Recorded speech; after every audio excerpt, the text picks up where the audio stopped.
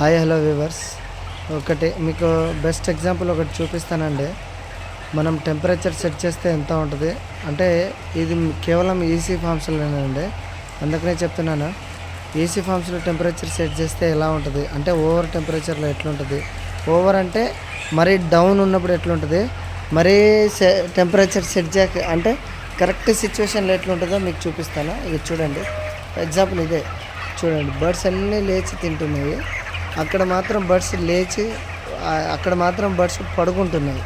ఇదేనండి టెంపరేచర్ అనేది మినిమం మనం ఎలా మెయింటైన్ చేయాలి అని అంటే కళ్ళకు చూసి బర్డ్స్ ఫ్రీ అంటే ఫీడ్ మీద కొన్ని, వాటర్ మీద కొన్ని ఏమో 30% అట్లా ఫీడ్ మీద కొన్ని, వాటర్ మీద కొన్ని, స్లీపింగ్ మోడ్లో కొన్ని, అలా ఉండేటట్టు ఎప్పుడైనా టెంపరేచర్ అనేది ఖచ్చితంగా సెట్ చేసుకోవాలండి. ఇప్పుడు ఎగ్జాంపుల్ మీరే చూసారు కదా, స్టార్టింగ్లో బర్డ్స్ ఏమో పడుకొని ఉన్నాయి, ఇటేమో లేచి ఉన్నాయి. ఇప్పుడు ఓవరాల్గా అంతే, ఇప్పుడు బర్డ్స్ ఓవరాల్గా అంతేనండి. చూడండి, నేను ఊరికనే చెప్పట్లేదు మీకు, ఇప్పుడు కూడా అంతే. అంటే టెంపరేచర్ సెట్ చేస్తే కానీ ఏది తెలియదు, బర్డ్స్ ఫీలింగ్ వచ్చి అక్కడ చూడండి బర్డ్స్ లేస్తున్నాయి.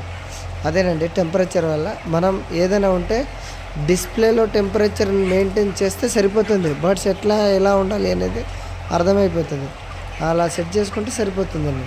అది చూడండి, అటు సైడ్ మొత్తం ఫీడ్ మీద, ఇటు సైడ్ మొత్తం ఇక ఫీడర్లు అంతా ఖాళీ. ఇదేనండి మెయిన్ చేంజెస్, టెంపరేచర్కి మెయిన్ చేంజెస్ అదే, ఇంకేం లేదండి. థ్యాంక్ యూ అండి. సబ్స్క్రైబ్.